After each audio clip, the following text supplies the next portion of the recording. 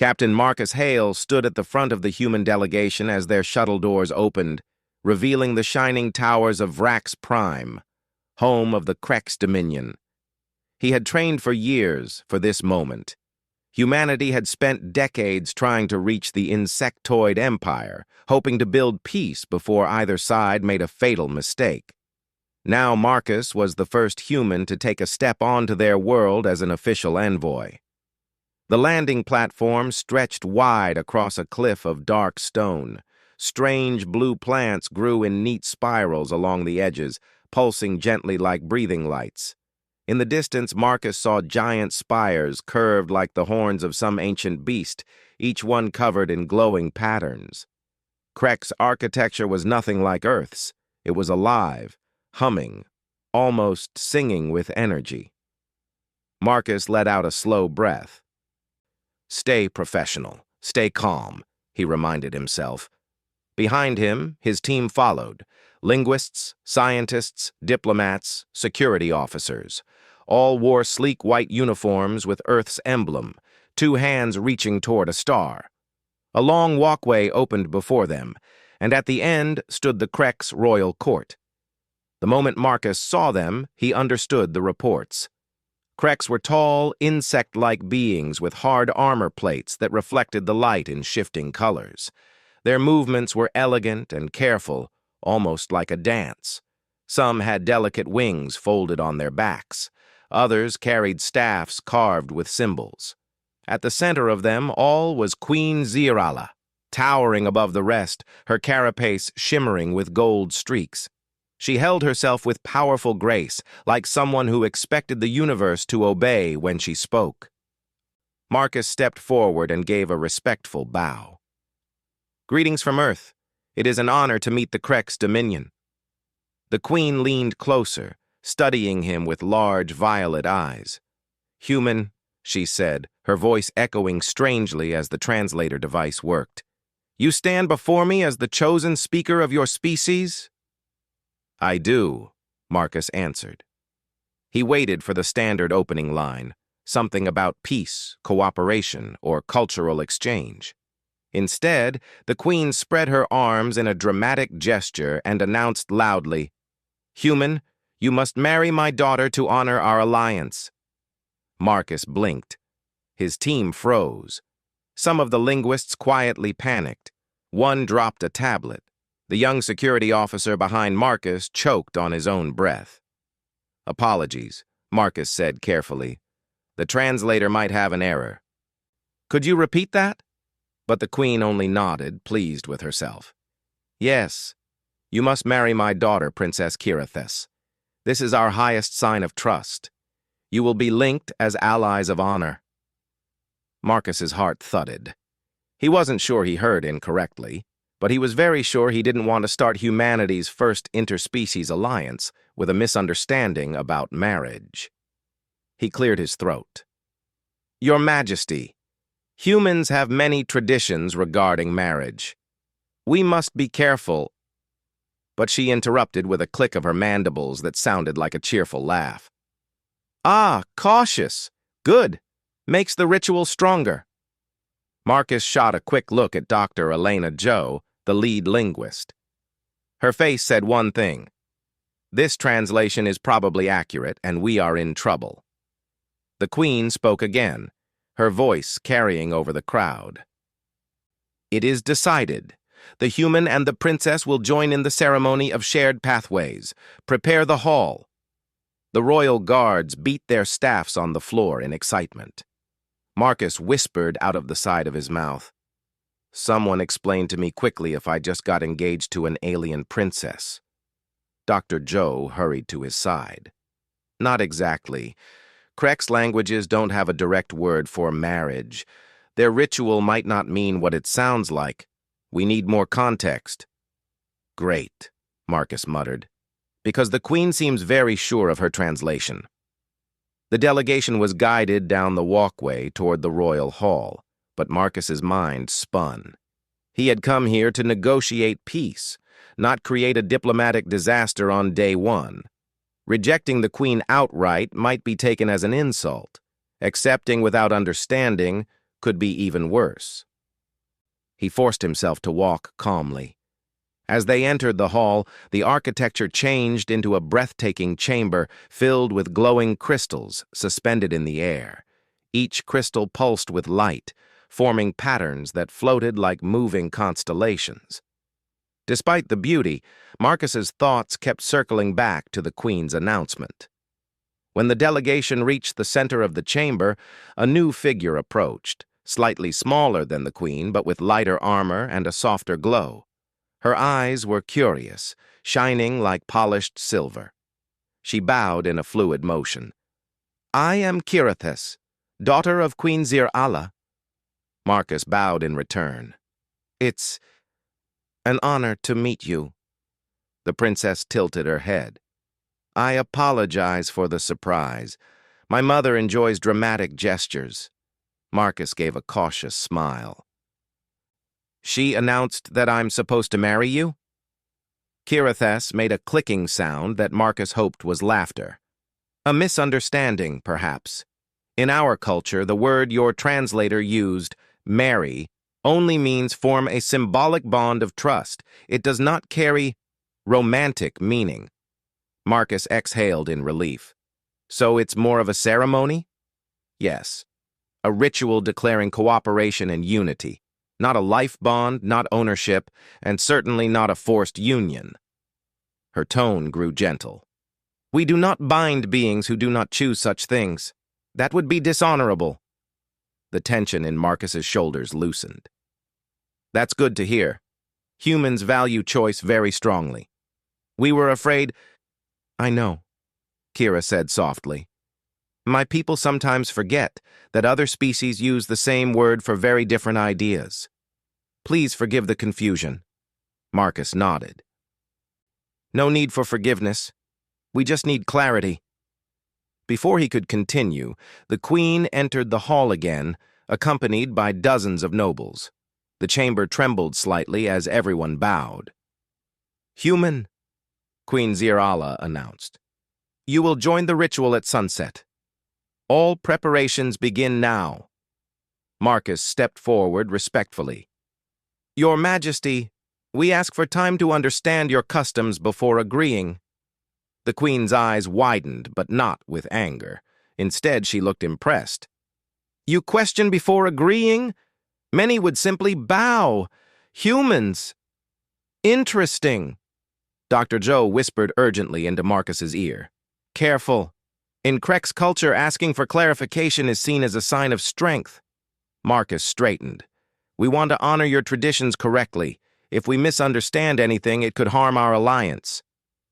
The Queen nodded slowly, her golden armor glowing. "Wise. I will allow your scholars to study the ritual. The princess will explain everything." Kirithis gave Marcus a reassuring look. "Come. There is much to learn." They walked into a quieter side chamber where glowing threads of energy hung like curtains. Kira motioned for Marcus to sit at a circular stone table. His team gathered behind him, watching closely. Kira began. "The ceremony of shared pathways is simple. Two beings stand together before our people. They speak promises, not romantic but diplomatic, words of peace, loyalty, and shared goals." Marcus nodded slowly. "So, almost like signing a treaty but with more symbolism?" "Exactly," Kira said. "The Queen believes a ceremony between us will show the dominion that humans and Kreks trust one another, but it is your choice. No one will force you." Marcus appreciated her honesty. "Thank you. Human values require that all agreements are voluntary, even symbolic ones." Kira tapped lightly on the table. "Then we must ensure your people feel safe with this.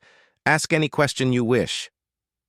Marcus hesitated, then asked, "Why did your mother announce it so publicly?" Kira's eyes brightened. "Our people value dramatic declarations. It inspires confidence. My mother believes a bold gesture creates unity." Marcus rubbed his forehead. "Humans usually prefer warnings before life-changing announcements." Kira laughed softly. "Then perhaps both our cultures can learn from each other." Over the next hour, Marcus asked everything he could. The ritual did not bind him to the princess. It did not require living together. It did not demand obedience. It was a public display of trust, nothing more. Still, the situation felt heavy. Humanity's first impression depended on his choices. One wrong step could end peace before it began. Finally, Kira folded her hands. Captain Marcus Hale, do you believe humans are ready to stand beside the Krex Dominion? Marcus looked around the chamber, the glowing crystals, the alien symbols, the people who watched him with curious hope. He thought about the fear humans had felt for decades, wondering if this insectoid empire would attack Earth someday. He thought about how close they had come to misunderstanding each other today. And he thought about the future, one that could begin with this single decision. I believe we can stand together, Marcus said quietly, but only if everything is done with honesty and respect. Kira nodded. Then we will proceed carefully, together. Marcus exhaled. Let's prepare. Because sunset was coming, and with it, the ceremony that could change the fate of two species. Princess Kira Thess guided Captain Marcus Hale through the glowing corridors of the royal palace. Strange lights moved along the walls like living rivers, shifting colors as they passed. Blue for calm, green for learning, yellow for curiosity. Marcus found himself watching them in awe every time he walked past. He had traveled to many worlds, but nothing felt as alive as Vrax Prime. The sun of Vrax was setting slowly, its orange light shining through the translucent ceiling panels. In a few hours, the ceremony of shared pathways would begin. It was supposed to be peaceful and symbolic, but Marcus could feel the pressure settling on his shoulders, like invisible weight. The fate of humanity and the Krex Dominion rested on something he barely understood. They reached a training hall filled with floating holograms showing symbols, phrases, and gestures of Krex diplomacy. Kira pointed to them. These are the ritual steps. I will guide you through each one. You don't need perfection, only sincerity. Marcus smiled weakly. Sincerity I can do. Your mother's dramatic entrances are harder to match. Kira made a soft clicking sound, her version of a laugh. My mother believes drama wins loyalty. I believe understanding wins loyalty. As they practiced, Marcus learned that the ceremony involved touching a glowing crystal orb while speaking promises of mutual peace. Not marriage, not romance, just cooperation. Even so, Marcus took each line seriously. He wanted no mistakes. While he practiced, Dr. Elena Joe stood in the corner taking notes, analyzing every gesture. Captain, she whispered during a break, the linguistics match what Princess Kira explained. Everything seems safe, symbolic only. Good, Marcus replied. Then why do I still feel uneasy? Before Elena could respond, the glowing walls suddenly dimmed. A tremor shook the floor. Then another. Guards rushed down the hallway, mandibles clicking in alarm. Marcus stepped aside as they passed, but Kira grabbed the nearest guard by the arm. What happened? The guard bowed in panic. Princess, there was a breach in the eastern wing. Someone tried to access the ceremonial archives. Kira's wings fluttered in shock. Impossible. Only royal personnel have access. Marcus frowned. Is it connected to the ceremony? The guard nodded. Yes. Someone attempted to modify the ritual program. If successful, it would have caused confusion. Marcus exchanged a quick look with Elena. Confusion in a ritual this important could lead to misunderstandings. Misunderstandings that might look like betrayal. Do you know who did it? Marcus asked. The guard hesitated. We found traces of the Shadow faction. Kira stiffened. They oppose my mother's peace policy. They believe cooperation with humans makes us weak. Marcus felt a chill creep down his spine. So someone wants this ceremony to fail. Yes, Kira said quietly. They want chaos. If the ritual breaks, They could blame humans and push for conflict. Elena looked alarmed. "Captain, this is bigger than we thought." Marcus turned back to the guard. "Is the Queen safe?" "She is guarded," the soldier replied. But tensions rise among the nobles. Many do not trust outsiders. Any sign of failure, and they may react with force. Kira placed a hand on the table, steadying herself. "We must stop the shadow faction before sunset." Marcus felt adrenaline surge through him.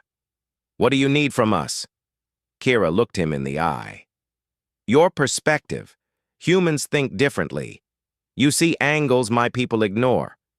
Will you help me uncover the truth?" Marcus nodded without hesitation. "I'm with you." Elena stepped beside him.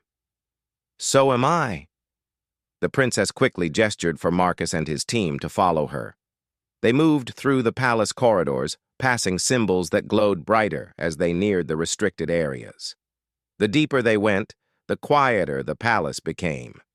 The warm light faded into cold blue tones. It felt like entering the skeleton of the building, the hidden, secret parts. "This wing holds old records," Kira explained softly. "Only archivists and royal family members come here." Marcus scanned the walls. "So if the shadow faction got inside, someone must have given them access." Kira nodded slowly. "A traitor." They reached a thick, armored door. The guards opened it, revealing a small chamber filled with floating data crystals. Their soft glow illuminated shelves that curved like ribs of a giant beast. Inside, an elderly Krex archivist stood nervously. His armor was dull compared to the others, and his antennae twitched with fear. "Princess," he whispered, "I did not expect visitors." Kira moved close. "Master Archivist, someone attempted to alter the ritual program. We believe it came from this chamber." The archivist froze. I saw nothing unusual." Marcus studied the room carefully. Everything looked neat, too neat, like someone had cleaned in a hurry. He stepped toward a shelf and noticed a crystal missing from a numbered slot. "Kira," Marcus said, "there's an empty space here." The archivist flinched. Kira turned sharply to him. "What was stored there?" His voice trembled. "A backup of the ritual sequence." Marcus crossed his arms. "Who accessed it last?" The archivist hesitated. His eyes darted around. Then he whispered, "Royal Advisor Vectal." Kira's entire posture changed. Her mandibles drew tight. "Vectal? My mother trusts him with counsel." Marcus frowned. "Why would an advisor want the ceremony to fail?" Kira's voice dropped. "Because if it fails, he can claim humans are unreliable allies. He can push for war, and in war, he gains power." Elena murmured, "Classic political sabotage." Marcus stepped closer to Kira. "We need proof." She nodded. "And quickly." They hurried toward the council chambers, where Advisor Vectal spent most of his time. The halls became louder as they walked, filled with agitated nobles discussing the tremor and the breach. When Marcus and Kira entered the chamber, dozens of nobles turned to stare. Advisor Vectal stood near the center. He was tall even for a Krex, his armor shimmering in sharp silver tones.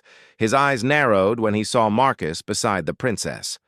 "Princess Kira Thess," Vectal said coldly, "why do you walk with the human at such a delicate hour?" Kira didn't bow. "Because he is helping us investigate a crime within these halls." A soft murmur spread among the nobles. Vectal tilted his head. "A crime?" Marcus stepped forward. "The ritual files were tampered with, and someone accessed the archives without permission." Vectal chuckled. "And you believe I was involved?" Kira's voice sharpened. "Your name is on the access logs." The room went silent. Vectal's mandibles twitched. "A simple clerical error." Marcus shook his head. "The archivist said you entered this morning." Vectal's eyes narrowed. "A lie." Elena stepped forward, holding a small device. We scanned the energy signature left on the crystal slot. It matches your personal code. Gasps filled the hall. Kira raised her staff.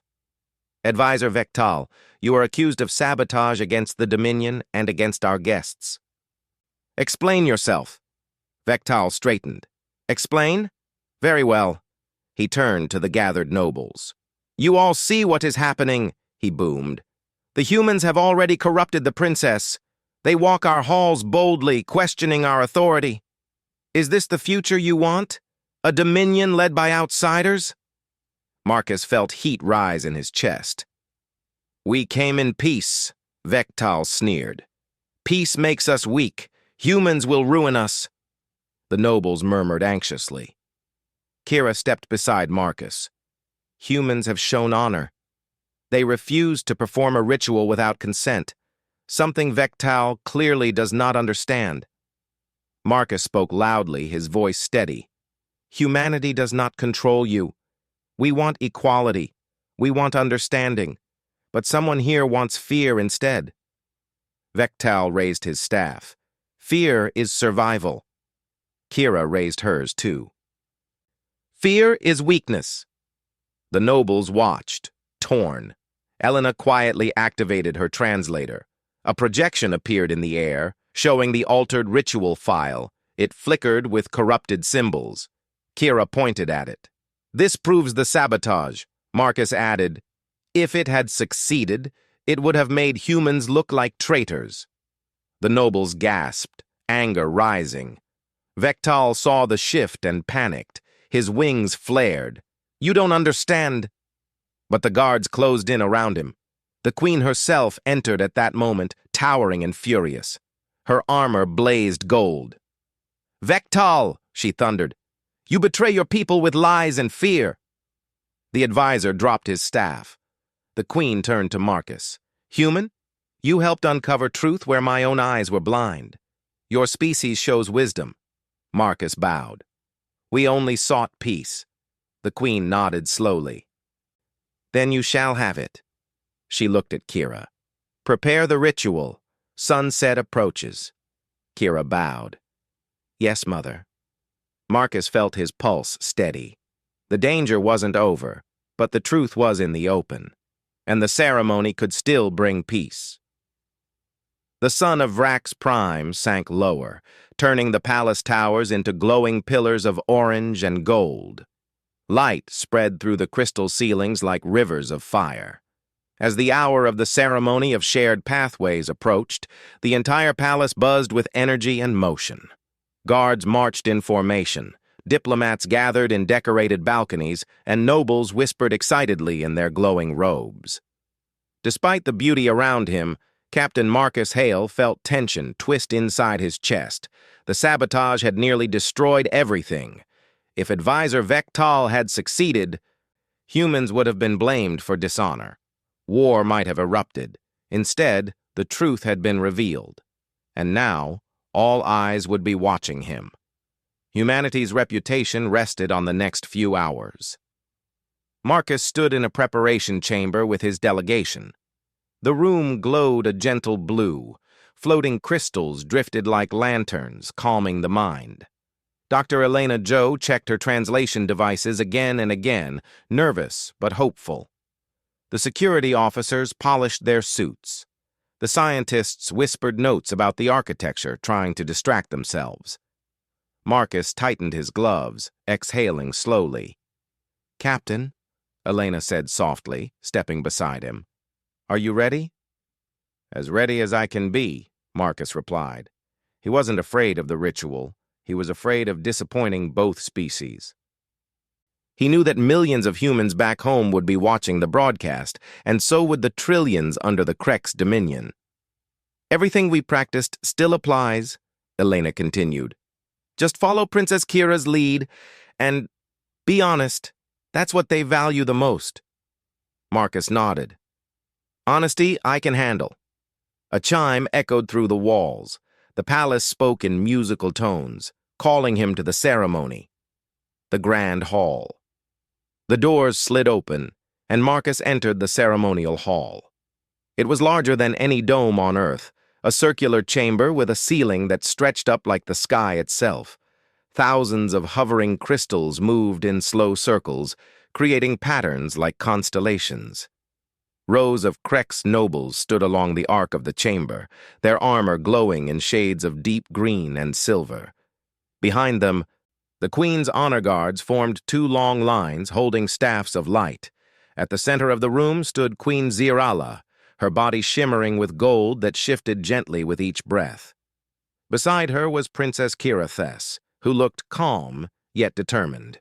When the Queen saw Marcus, she raised her arm. "Human," she declared, her voice echoing through the chamber. "Step forward and join us." Marcus walked across the glowing floor. The hall went silent. Every eye followed him. He stopped beside Kira. The Queen turned to address the entire court. "Today we stand on the edge of a new path. Shadows attempted to destroy our peace. Lies tried to twist our hearts, but truth prevailed." A murmur of approval flowed through the nobles. "And now," she continued, "the ceremony of shared pathways will begin, not as a union of blood or ownership, but as a bond of mutual respect. This ritual will prove to all the Dominion that humans stand with honor." Marcus felt a rush of relief. The Queen had made everything clear. No misunderstandings, no unwanted obligations, just a symbol of alliance. Kira stepped closer to Marcus and whispered, "Do not worry. I will guide each step." "Thanks," Marcus replied quietly. Two guards brought forward a tall pedestal. On top rested a glowing crystal sphere, swirling with blue and white light. This was the heart of the ceremony. Kira placed her hand lightly on the orb. "Captain Marcus Hale of Earth, will you place your hand beside mine?" Marcus inhaled deeply and set his hand on the orb. It was warm, almost alive. The light inside brightened, rising through the chamber like fireflies. Kira began reciting the first vow in her native language. The translator whispered the meaning to Marcus in real time. "I stand before my people as a creature of peace," Kira said. "I offer my path in friendship." Marcus repeated the line in simple English, voice steady. "I stand before your people as a human of peace. I offer my path in friendship." Blue light pulsed from the orb. "Next vow." Kira spoke again. "I choose cooperation over fear." Marcus followed. "I choose cooperation over fear." The nobles murmured approval. Next vow. "I open my knowledge for shared growth," Kira declared. "I open my knowledge for shared growth," Marcus echoed. The orb flared brighter, sending shimmering waves across the room. Now came the final vow, the most important one. A vow no outsider had ever spoken in a Krex ceremony. Kira looked at Marcus, calm but intense. "This vow is not about joining our lives," she said softly. "It is about joining our futures. Only speak it if you accept." Marcus nodded. "I understand." The Queen raised her staff, signaling silence. Kira placed her other hand over her chest. "I walk beside you as an equal." Marcus placed his hand over his heart. "I walk beside you as an equal." The crystal sphere blazed with white light. A pillar of luminescence shot upward, filling the entire chamber with a warm glow. The walls sang, a deep, resonant tone that vibrated through the floor and echoed through the hearts of those present. The ritual was complete.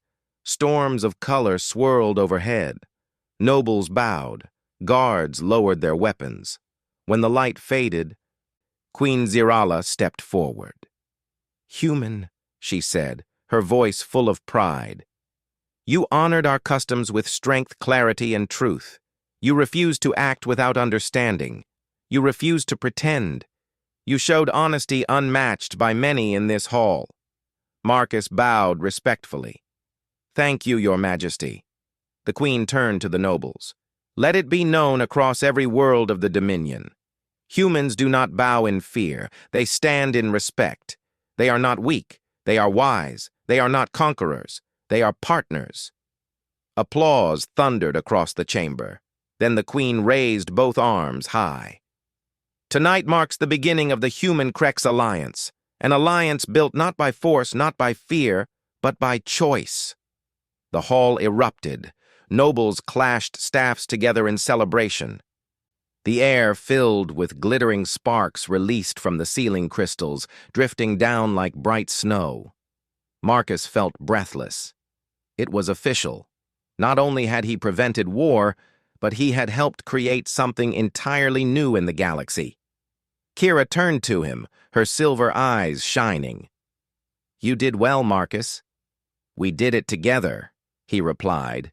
She tilted her head. "My people will study this moment for generations, not because you followed tradition, but because you changed it. You showed my mother that true strength is not in declaring power, but in choosing honesty." Marcus smiled. "Humans try. And sometimes," Kira said gently, "you succeed in ways no one expects." After the ceremony later, after the crowd dispersed, Marcus and his delegation met the Queen in a quieter chamber filled with soft green light. "Human," she said, "I wish to thank you personally." Marcus bowed. "It was an honor, Your Majesty. You helped reveal corruption in my own court. You helped protect my daughter. For this, the Dominion owes you a debt." Marcus raised his hands. "I ask only for peace." The Queen smiled. "Then peace you shall have. Our fleets will guard your borders. Our scholars will teach your scientists. Our ambassadors will travel to Earth." Marcus's eyes widened in surprise. "You'll send ambassadors?" "Yes," she said, "and I will ask Earth to send human representatives to Vrax Prime." Kira stepped forward. "If you return home soon, my people will miss your perspective. I hope you come back." Marcus nodded. "I will. Humanity has much to learn from the Crex." Kira gave a soft, musical laugh. "And we have much to learn from humans." The Queen extended her arm. "Then let the Alliance stand forever." Marcus took a steady breath. Together. Epilogue. A New Age. Days later, the universe buzzed with news of the Alliance. Humans and Crex exchanged messages of celebration. Scientists from both sides began working on new projects. Trade routes opened. Peace treaties solidified. Humanity, once fearful of the Crex dominion, now walked beside them as equals. And at the center of it all stood Captain Marcus Hale, a man who refused to be forced, refused to surrender his principles, and chose instead to build peace through understanding. HFY. Humanity. Heck yes. The galaxy would never forget.